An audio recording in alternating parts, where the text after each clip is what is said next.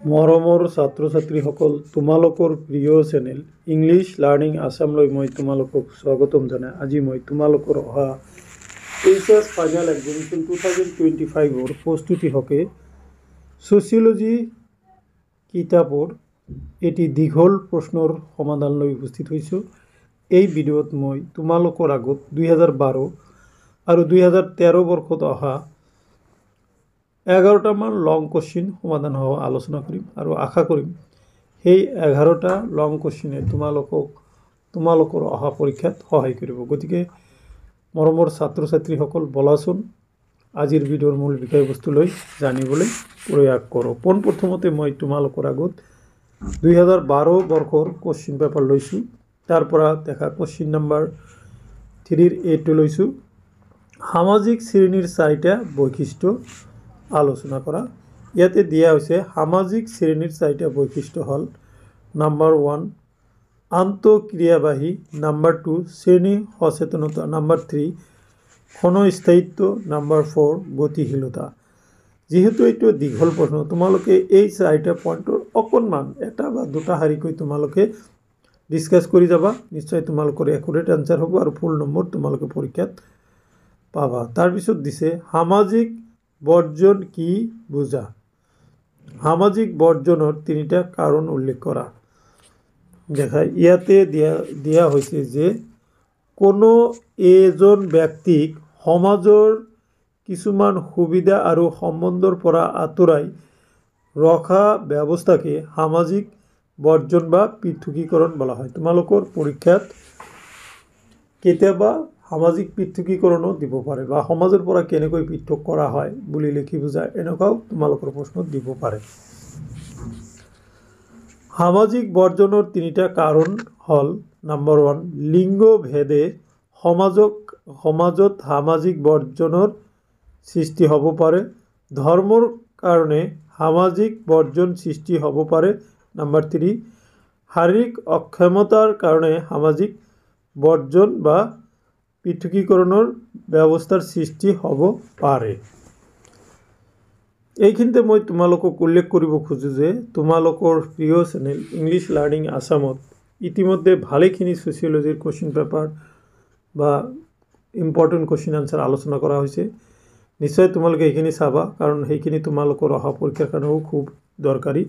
তোমালোকে যোৱা বছৰ ঠিক এনেকুৱা সময়ত 1 বছৰ আগৰ বা 11 মাহমান আগৰ ভিডিঅ'খিনি চাবা, তাতে তোমালোকে এই কোশ্চিনৰ সমাধানসমূহ পাবা। চি নম্বৰ পঞ্চায়ত ব্যৱস্থাৰ 4টা কাৰ্যাৱলী বৰ্ণনা কৰা। ইয়াতে দিছে সুৰক্ষিত সামূহিক সেৱা, সমাজ সেৱা আৰু ৰাজহুৱা ব্যৱহাৰ্য। এই তোমালোকৰ যে পঞ্চায়ত, আমাৰ সকলোৰে পঞ্চায়ত আছে। আমি যিখিনি মানুহ গাঁৱত বসবাস কৰোঁ, আমি কি এটা স্থানীয় প্ৰশাসন, এটা পঞ্চায়তৰ আণ্ডাৰত আমি থাকোঁ। সেই পঞ্চায়তখনে কি কি কাম কৰে সেইপিনে তোমালোকে পোনপ্ৰথমতে মনোযোগ দিবা। সেই প্ৰথমতে সুৰক্ষিত কৰে, যে পঞ্চায়তে আমাক বিভিন্ন ধৰণে সুৰক্ষা প্ৰদান কৰে, সেই বিষয়ে অকণমান লিখি দিবা। সামূহিক সেৱা মানে পঞ্চায়তে আমাৰ সকলোৰে বাবে সেৱা প্ৰদান কৰে, যেনেকুৱা ৰাজহুৱা কবৰস্থান বা শ্মশান, এইবিলাক পঞ্চায়তে তৈয়াৰ কৰে, বা ঈদগাহ এইবিলাক তোমালোকৰ, বা মন্দিৰ, এইবিলাক কি পঞ্চায়তে মন্দিৰৰ যেনেকুৱা ফিল্ড, ৰাজহুৱা খেলপথাৰ, এইবিলাক পঞ্চায়তে তৈয়াৰ কৰে। সমাজ সেৱা ঠিক এনেকৈ সমাজ সেৱা আৰু ৰাজহুৱা ব্যৱহাৰ্য, এইখিনি হ'ল পঞ্চায়তৰ কাৰ্যাৱলী। নেক্সট কুৱেশ্যনটোলৈ আহা। ভাৰতীয় সমাজত থকা অনৈক্যৰ মাজত ঐক্যৰ যিকোনো 4টা দিশ আলোচনা কৰা। উত্তৰ নম্বৰ 1 নাগৰিকত্ব, নম্বৰ 2 সংবিধান, নম্বৰ 3 চৰকাৰ, নম্বৰ 4 জাতীয় পতাকা। এইখিনিত ইয়াতে কি আলোচনা কৰিব দিছে দিশ 4টা। নাগৰিকত্বৰ কথা তোমালোকে অকণমান আলোচনা কৰিব লাগিব। সংবিধান, আমাৰ ভাৰতবৰ্ষত এখন দীঘল সংবিধান আছে আৰু সেই সংবিধানখন আমি সকলোৱে মানিবলৈ বাধ্য। চৰকাৰী কাম কাজত আমি কি কৰিব লাগে, সহায় সহযোগিতা আগবঢ়াব লাগে। চৰকাৰে যাতে সুস্থভাৱে পৰিচালনা কৰিব পাৰে, তাৰ কাৰণে আমি কেতিয়াবা সমালোচনাও কৰিব লাগে। জাতীয় পতাকা, যেনেকুৱা জাতীয় পতাকা আমাৰ চবৰে প্ৰতীক, আমি গৰ্ব কৰোঁ, ইয়াক কোনেও আমি অৱমাননা কৰিব নালাগে। নেক্সট, যুটীয়া পৰিয়ালৰ সংজ্ঞা দিয়া আৰু ইয়াৰ তিনিটা কাৰ্যাৱলী আলোচনা কৰা। সমাজতত্ত্ববিদ ইৰাৱতী কাৰ্বেৰ মতে যুটীয়া পৰিয়াল হ'ল কিছুমান ব্যক্তিৰ সমূহ যিসকলে সাধাৰণতে একে ঘৰতে বাস কৰে, একে ৰান্ধনীশালত ৰন্ধা আহাৰ খায়, যিসকল সম্পত্তিৰ উমৈহতীয়া গৰাকী হয়, একেলগে পূজা পাতল কৰে আৰু যিসকলৰ মাজত স্বজনতাৰ সম্বন্ধ থাকে, সেইবোৰে হ'ল কি আমাৰ যুটীয়া পৰিয়াল। এতিয়া যুটীয়া পৰিয়ালৰ তিনিটা কাৰ্যাৱলী হ'ল 1. অৰ্থনৈতিক সুবিধা, শাৰীৰিক আৰু মানসিক নিৰাপত্তা। 3. সামাজিক নিৰাপত্তা। জনজাতীয় সমাজৰ যিকোনো 5টা বৈশিষ্ট্য আলোচনা কৰা। জনজাতীয় সমাজৰ যিকোনো 5টা বৈশিষ্ট্য তলত উল্লেখ কৰা হ'ল। নাম্বাৰ 1, সাধাৰণ নাম, শিক্ষাৰ অনগ্ৰসৰতা, সাধাৰণ ভাষা, নিৰ্দিষ্ট ভৌগোলিক অঞ্চল আৰু অন্তৰ্বিবাহী গোট। এতিয়া মই তোমালোকৰ আগত যি নম্বৰৰ প্ৰশ্নটো লৈ আহিছোঁ, ইয়াতে কৈছে গ্ৰাম্য আৰু নগৰীয়া সমাজৰ মাজত থকা পাৰ্থক্যবোৰ নিৰূপণ কৰা। পৰিয়াল পদ্ধতিৰ পাৰ্থক্য। গ্ৰাম্য সমাজৰ পৰিয়াল পদ্ধতি সাধাৰণতে যুটীয়া প্ৰকৃতিৰ আৰু নগৰীয়া সমাজৰ পৰিয়াল পদ্ধতি সাধাৰণতে এককভাৱে গঢ় লৈ উঠা দেখা যায়। বৃত্তিগত পাৰ্থক্য।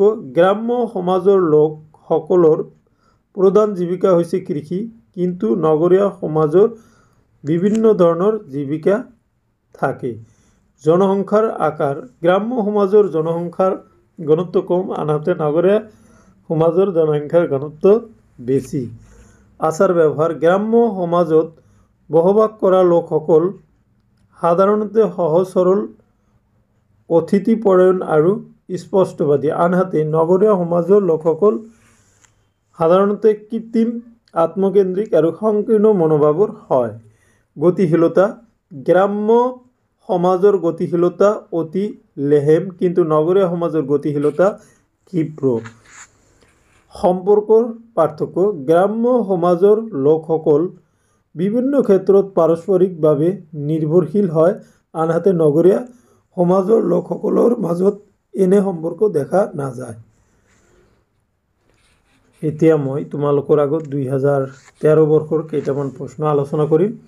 নগৰীয়া সমাজৰ প্ৰধান বৈশিষ্ট্যবোৰ লিখা। উত্তৰ: নগৰীয়া সমাজৰ প্ৰধান বৈশিষ্ট্যবোৰ হ'ল অধিক জনসংখ্যা, ভিন্ন পৰিৱেশ, আনুষ্ঠানিক সম্পৰ্ক। 4. সৰু পৰিয়াল।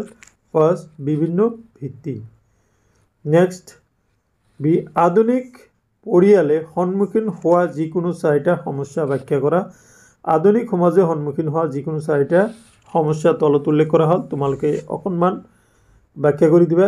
স্থায়িত্বহীনতা, অসংযত যৌন জীৱন, বৃদ্ধসকলৰ অসহায় অৱস্থা, নাৰীৰ স্বাধীনতা। সম্প্ৰদায়ৰ উপাদানবোৰ উল্লেখ কৰা।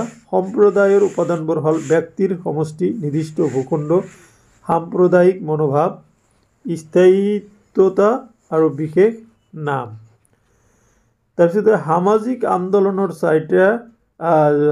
আন্দোলনৰ চৰিত্ৰবোৰ কি কি? সামাজিক আন্দোলনৰ চৰিত্ৰবোৰ হ'ল: নম্বৰ 1, নিৰ্দিষ্ট লক্ষ্য আৰু উদ্দেশ্য। নম্বৰ 2, বিশেষ আদৰ্শ। নম্বৰ 3, নেতাৰ দ্বাৰা পৰিচালিত। নম্বৰ 4, সামাজিক কল্যাণ সাধন। নম্বৰ 5, নতুনত্ব প্ৰদান। নম্বৰ 6, পৰিৱৰ্তনশীলতা। মাই ডিয়াৰ ষ্টুডেণ্টছ, এইখিনি আছিলে আজি মই তোমালোকৰ আগত আলোচনা কৰিবলগীয়া 11টা 4 মূল্যাংকৰ বা 6 মূল্যাংকৰ দীঘল প্ৰশ্ন আৰু তাৰ সমাধান।